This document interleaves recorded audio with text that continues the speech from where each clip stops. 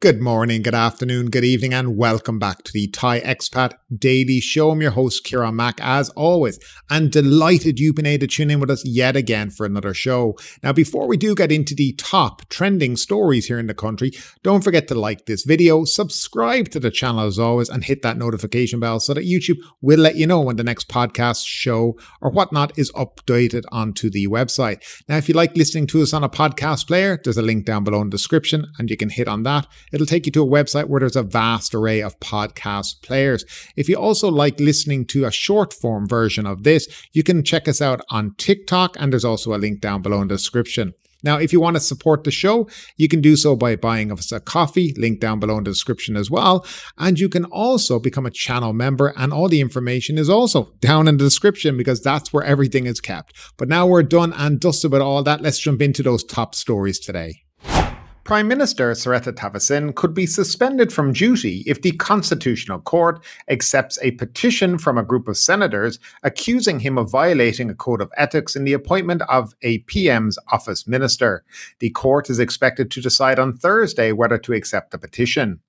Last Friday, 40 senators submitted a petition via the House Speaker questioning the status of Mr. Srettha and PM Office Minister Phuket Bangkok following a recent cabinet reshuffle.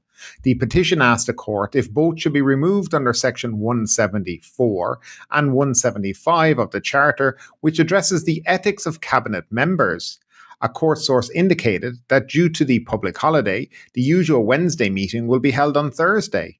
If the court accepts the petition, it may suspend the Prime Minister and the PM Office Minister pending a ruling giving them 15 days to submit their defences. The minister's appointment raises eligibility concerns because he previously served time in jail for contempt of court over an attempted bribery case in 2008 when he represented ex-Prime Minister Thaksin Shinawatra. He and two colleagues were sentenced to 6 months in prison for trying to bribe Supreme Court officials with 2 million baht. During his trip to Italy on Saturday, Mr. Srettha stated he had sought legal advice from the Council of State before submitting the new cabinet lineup for royal endorsement. A cabinet source noted that the minister's imprisonment did not make him ineligible for a ministerial role, as the required 10-year period had passed since his conviction. However, questions about whether he meets the moral and ethical standards required by the Charter remain. In a shocking murder case, police in Phang province arrested 33-year-old Mr. Yasir and his 38-year-old Thai wife on May 18th. They are accused of murdering Mr. Pulos, an Indian national who was shot in the back of the head on May 15th. The arrests followed an intense investigation involving the Crime Suppression Division, Provincial Police Region 8, and the Tourist Police. Evidence collected from the suspect's residence included a CZ handgun, ammunition, a white Toyota Vios sedan, and related items. CCTV footage showed the suspects travelling with Mr. Pulos to Phang province on May 14th. Police speculate that an argument over financial deceit led Mr. Yasir to instruct his wife to drive to the crime scene where he allegedly shot Mr. Pulos. The couple then fled to a house in Kukloi sub-district to clean the car and hide the firearm. The suspects, who deny the charges, were found with the victim's belongings stored at their condominium. Despite their denials, police remain confident in the evidence and have handed over them to the Kukloi police station for further legal proceedings. A fight erupted between a foreigner and a group of Thai teenagers on Soi Bangla Street, a popular entertainment area in Patong, Phuket. During the altercation, a British man named Charlie Faulkner, who attempted to intervene, was stabbed in the left rib. The incident occurred near a convenience store where Mr. Charlie ran to seek help. Good Samaritans and another foreigner provided initial first aid before officials transported him to Patong Hospital. CCTV footage reviewed by Police Lieutenant Colonel Chanan Mekchai showed a foreigner and his Thai girlfriend fighting with a group of Thais, which escalated and moved into a small alley known as Soi Lau before spilling back onto the street. Mr. Charlie, wearing a black t-shirt and shorts, tried to stop the fight, but was stabbed. He collapsed in a convenience store, bleeding and unable to speak. A store employee reported that he had a puncture wound on his left rib and appeared to have been hit with a glass bottle. Police Colonel Charm Chai stated that the identities of the Thai perpetrators are known and the investigative team is actively pursuing them for questioning. The delightful night on the town, followed by the inevitable chaos that ensues when alcohol and a touch of madness meet. Let's set the scene for you. The early hours of May 19th, in the otherwise serene environment of a hotel on Saturn South Road, here we find Mr. Wang, a 30-year-old Chinese national, turning his hotel room into an impromptu battlefield. Our story begins in the wee hours of May 18th, where Mr. Wang engaged in a marathon drinking session from 3 a.m. to 7 a.m. After his liquid courage was sufficiently fortified, he turned his attention to the room's marble chair.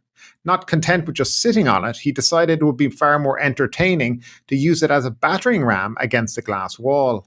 The result? A symphony of shattering glass and a room in disarray.